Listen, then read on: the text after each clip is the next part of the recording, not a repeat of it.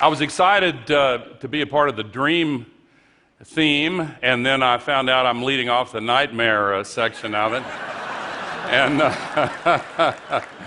And certainly there are things about the climate crisis that qualify, and I have some bad news, but I have a lot more good news. I'm going to propose 3 questions, and the answer to the first one necessarily involves a little bad news, but hang on, because the answers to the second and third questions really are very positive. So the first question is, do we really have to change? And of course, the Apollo mission, among other things, changed the environmental movement, really launched the modern environmental movement. 18 months after this Earthrise picture was first seen on Earth, the first Earth Day was organized, and we learned a lot about ourselves looking back at our planet from space. And one of the things that we learned confirmed what the scientists have long told us. One of the most essential facts about the climate crisis has to do with the sky. As this picture illustrates, the sky is not the vast and limitless expanse it appears when we look up from the ground. It is a very thin shell of atmosphere surrounding the planet. That right now is the open sewer for our industrial civilization as it's currently organized. We are spewing 110 million tons of heat-trapping global warming pollution into it every 24 hours. Free of charge, go ahead. And there are many sources of the greenhouse gases. I'm certainly not going to go through them all. I'm going to focus on the main one, but agriculture is involved, diet is involved, population is involved, management of forests, transportation, the oceans, the melting of the permafrost. But I'm going to focus on the heart of the problem, which is the fact that we still rely on dirty carbon-based fuels for 85% of all the energy that our world burns every year. And you can see from this image that after World War II, the emission rates started really accelerating. And the accumulated amount of man-made global warming pollution that is up in the atmosphere now traps as much extra heat energy as would be released by 400,000 Hiroshima-class atomic bombs exploding every 24 hours, 365 days a year. Fact-checked over and over again, conservative, it's the truth. Now, it's a big planet, but that is a lot of energy, particularly when you multiply it 400,000 times per day.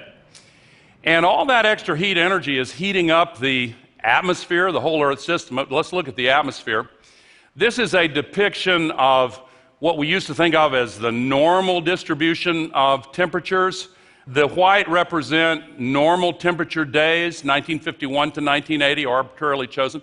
The blue are cooler than average days, the red are warmer than average days, but the entire curve has moved to the right in the 1980s, and you'll see in the lower right-hand corner the appearance of statistically significant numbers of extremely hot days. In the 90s, the curve shifted further, and in the last 10 years, you see the extremely hot days are now more numerous than the cooler than average days. In fact, they are 150 times more common on the surface of the Earth than they were just 30 years ago. So we're having record-breaking temperatures. 14 of the 15 hottest years ever measured with instruments have been in this young century, and the hottest of all was last year. Last month was the 371st month in a row warmer than the 20th century average, and for the first time, not only the warmest January, but for the first time, it was more than 2 degrees Fahrenheit warmer than the average. These higher temperatures are having an effect on animals, plants, people, ecosystems. But on a global basis, 93% of all the extra heat energy is trapped in the oceans. And the scientists can measure the heat buildup much more precisely now at all depths, deep, mid-ocean, the first few hundred meters. And this too is accelerating. It goes back more than a century, and more than half of the increase has been in the last 19 years. This has consequences. First-order consequence, the ocean-based storms get stronger. Super Typhoon Haiyan went over areas of the Pacific 5.5 degrees Fahrenheit warmer than normal before it slammed into Tacloban as the most destructive storm ever to make landfall. Pope Francis, who has made such a difference to this whole issue, visited Tacloban right after that. Superstorm Sandy went over areas of the Atlantic 9 degrees warmer than normal before slamming into New York and New Jersey. The second order consequences are affecting all of us right now. The warmer oceans are evaporating much more water vapor into the skies. Average humidity worldwide has gone up more than 4%, and it creates these atmospheric rivers. The Brazilian scientists call them flying rivers, and they funnel all of that extra water vapor over the land where storm conditions trigger these massive record-breaking downpours. This is from Montana. Take a look at this storm last August as it moves over Tucson, Arizona. It literally splashes off the city. These downpours are really unusual. Last July in Houston, Texas, it rained for 2 days, 162 billion gallons. That represents more than 2 days of the full flow of Niagara Falls in the middle of the city, which was, of course, paralyzed. These record downpours are creating historic floods and mudslides. This one is from Chile last year, and you'll see that warehouse going by, their oil tanker cars going by. This is from Spain last September. You could call this the running of the cars and trucks, I guess. Every night on the TV news now is like a nature hike through the book of Revelation. I mean, really. The insurance industry has certainly noticed the losses have been mounting up. They're not under any illusions about what's happening. And the causality requires a moment of discussion. We're used to thinking of linear cause and linear effect, one cause, one effect. This is systemic causation. As the great Kevin Trenberg says, all storms are different now. There's so much extra energy in the atmosphere. There's so much extra water vapor. Every storm is different now. So the same extra heat pulls the soil moisture out of the ground and causes these deeper, longer, more pervasive droughts, and many of them are underway right now. It dries out the vegetation and causes more fires in the western part of North America. There's certainly been evidence of that, a lot of them. More lightning. As the heat energy builds up, there's a considerable amount of additional lightning also. These climate-related disasters also have geopolitical consequences and create instability. The climate-related historic drought that started in Syria in 2006 destroyed 60% of the farms in Syria, killed 80% of the livestock, and drove 1.5 million climate refugees into the cities of Syria, where they collided with another 1.5 million refugees from the Iraq War. And along with other factors, that opened the gates of hell that people are trying to close now.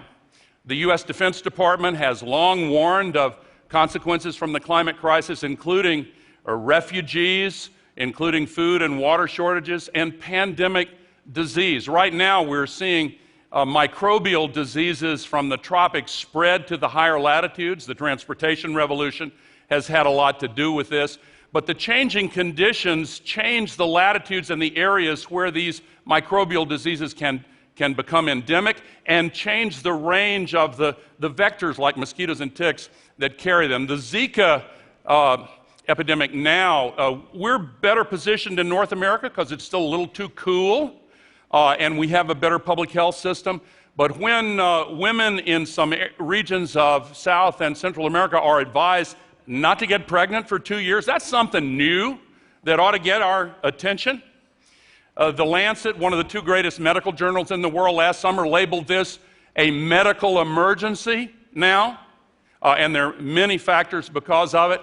This is also connected to the extinction crisis. We're in danger of losing 50% of all the living species on Earth by the end of this century, and already land-based plants and animals are now moving toward the poles at an average rate of 15 feet per day.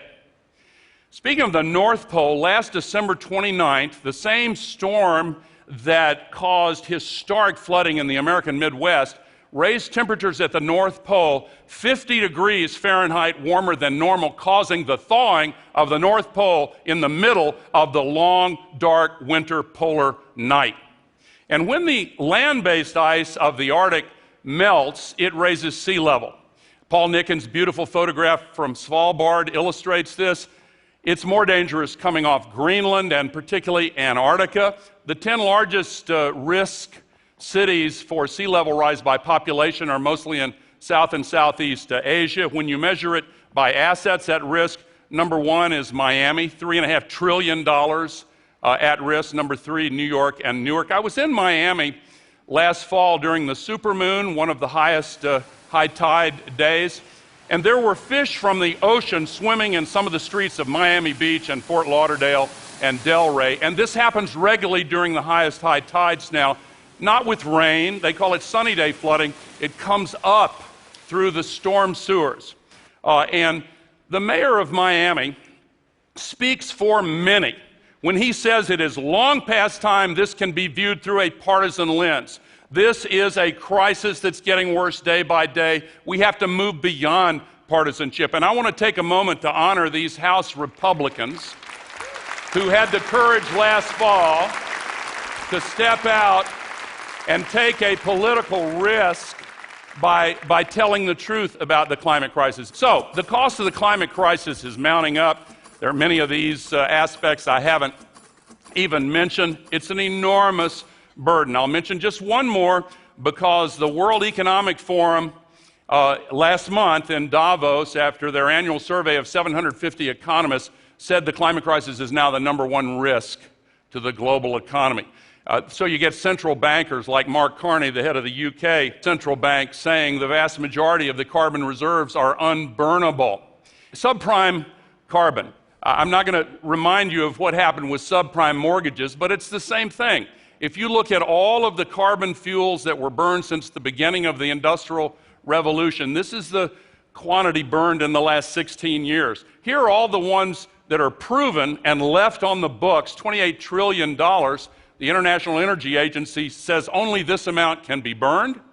So the rest, $22 trillion, unburnable, risk to the global economy. That's why the divestment movement makes practical sense and not just is a moral imperative.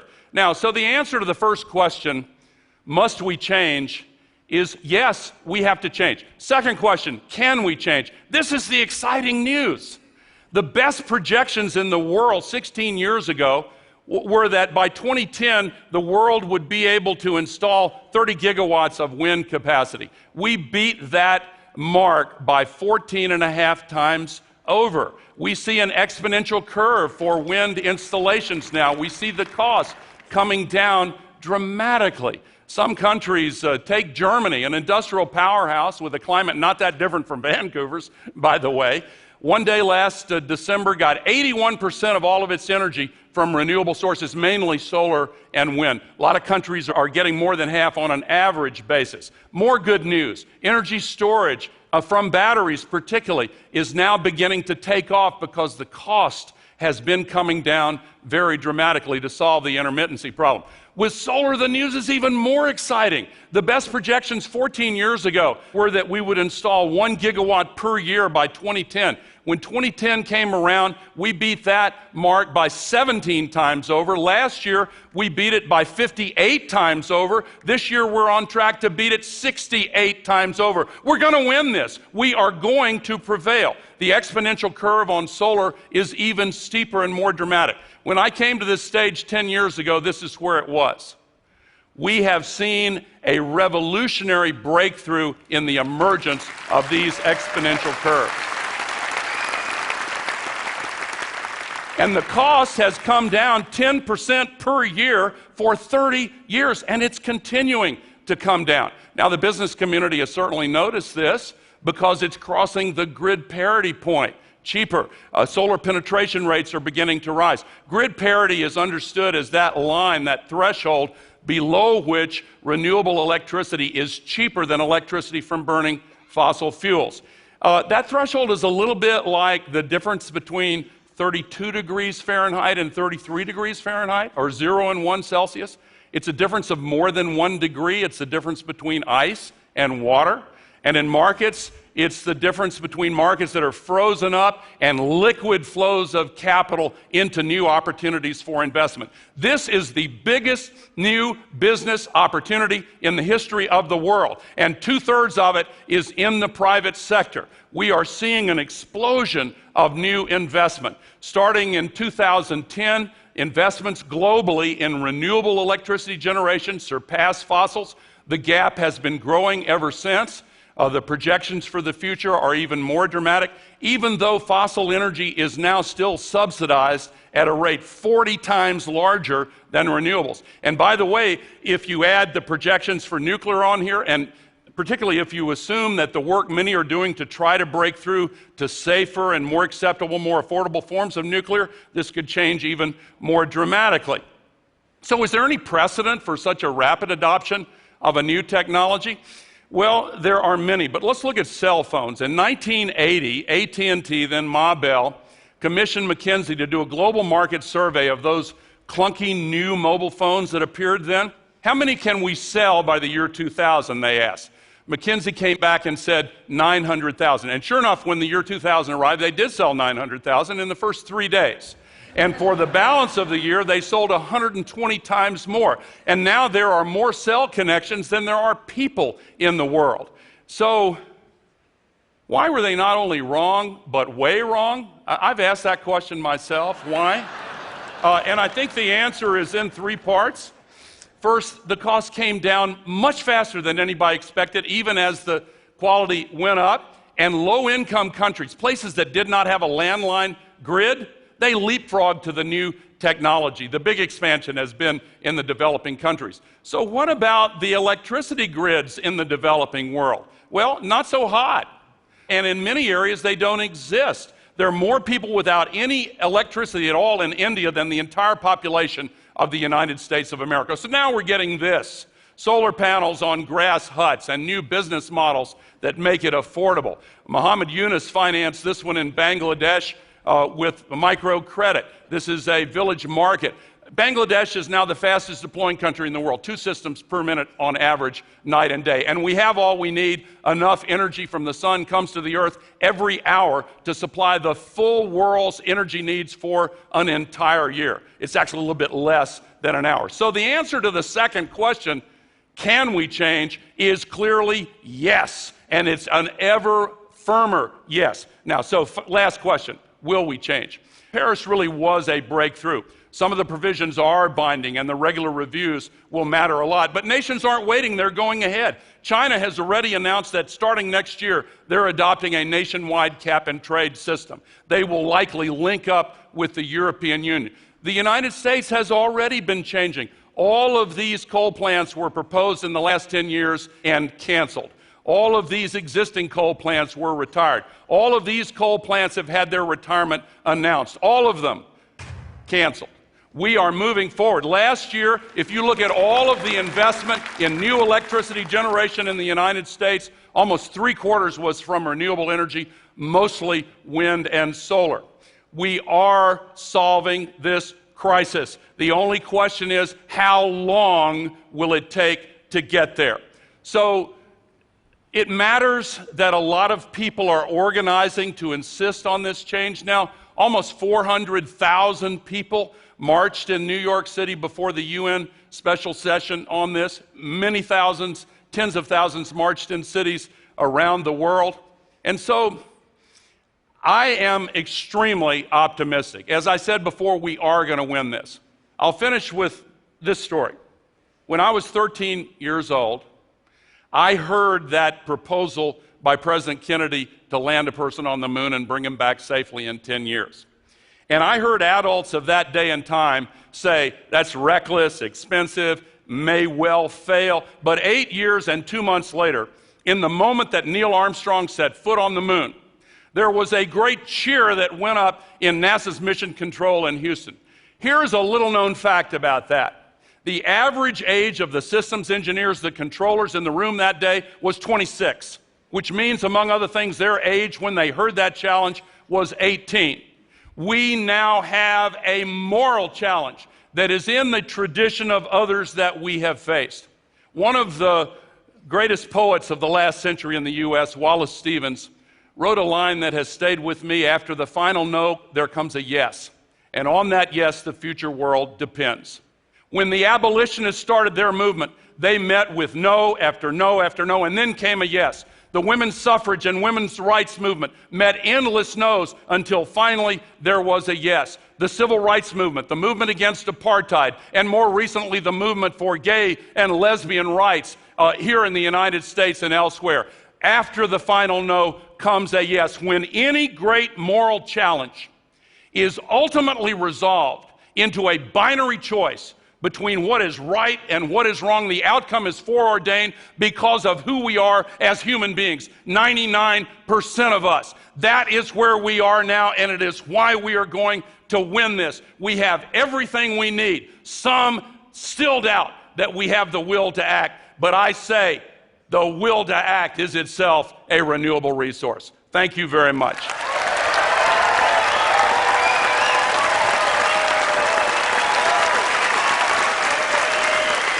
Thank you. Thank you. Thank you very much. Oh. Thank you. Now,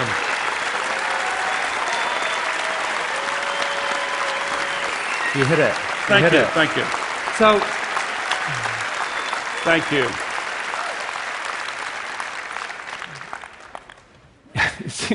You've got this incredible combination of skills. You've got this scientist mind that can understand the full range of issues and the ability to turn it into the most vivid language. Now, no one else can do that. That's why you led this thing. And it was amazing to see it 10 years ago. It was amazing to see it now. Well, you're nice to say that, Chris, but honestly, I have a lot of really good friends in the scientific community who are incredibly patient and who will sit there and explain this stuff to me over and over and over again until I can get it into simple enough language that I can understand it. And that's the key to trying to communicate it. So your talk, first part, terrifying, second part, incredibly hopeful. How do we know that all those graphs, all that progress is enough to solve what you showed in the first part?